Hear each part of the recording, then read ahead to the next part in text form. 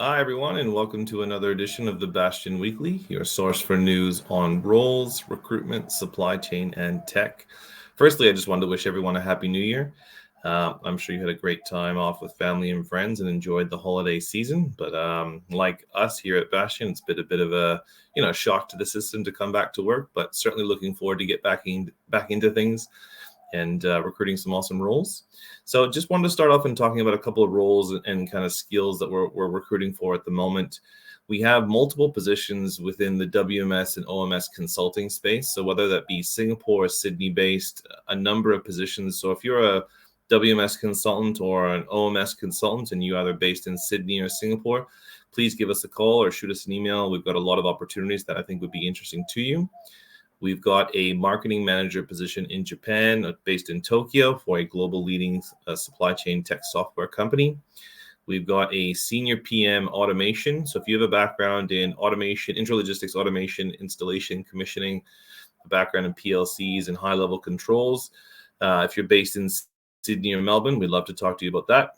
We've got a new and exciting sales director role for a global leading supply chain tech company based in Singapore. If you have a background in SaaS sales, working with large retailers or FMCG companies, we'd love to talk to you about that role. We have a New South Wales DCM role. The role is based in Sydney. It is overseeing a brand new purpose-built 80,000 square meter facility in Western Sydney. It will have advanced automation within the facility. So if you've got a background in automation and managing large-scale facilities with interesting complexity, we'd love to talk to you about that role. And the last role I wanted to mention today was a category manager on the chemicals and direct side. It is a FMCG company, roles based in Sydney. So if you have a background in category management, supplier sourcing, specifically with suppliers overseas, we'd like to talk to you about that. Now, just on the recruitment side, I wanted to highlight one specific comment around the local recruitment market. I know there's lots of conflicting reports out there just in terms of the global economic status and what the forecast and outlook for 2023 are looking like, and all the predictions around we're going to have a bit of a recession globally around the economy, and certainly some of the concerns around the global economic markets. But there have been some recent reports just around the local Australian recruitment market. One specifically around the Manpower has released its employment outlook survey, and it is highlighting that most hiring managers and companies feel pretty strong about retaining all permanent headcount and also increasing in some areas, as well as the capacity to replace permanent headcount should those roles need to be replaced as well, which I thought was actually a positive sign. So I just wanted to highlight that because, certainly if you've been paying attention to the news the last couple of weeks and months, certainly this year isn't going to be looking too crash hot.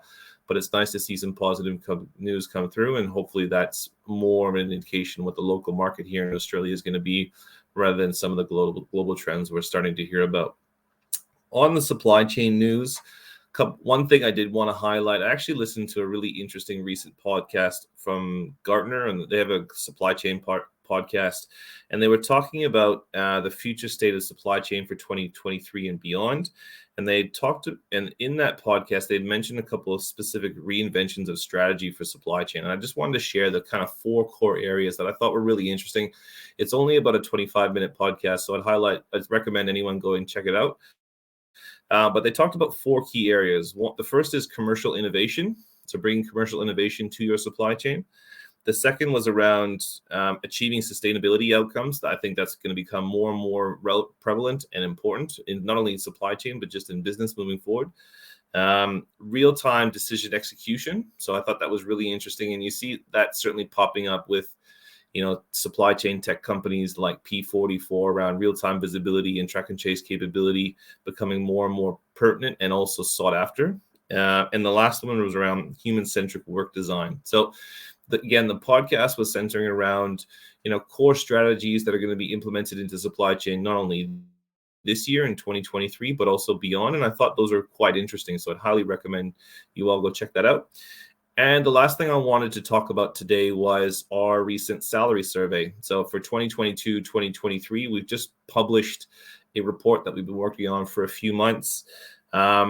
We'll include a link to the survey in the comments section below, but it does highlight a few areas around the rate of change in roles, counter offers, and also trends on retention too, not only in terms of salary bandings, which is your stock standard kind of salary survey stuff, but I thought there was some interesting data points in there just around some of the current trends around retention, counter offers, and just the rate of change in employment that I thought would be interesting for you all to check out.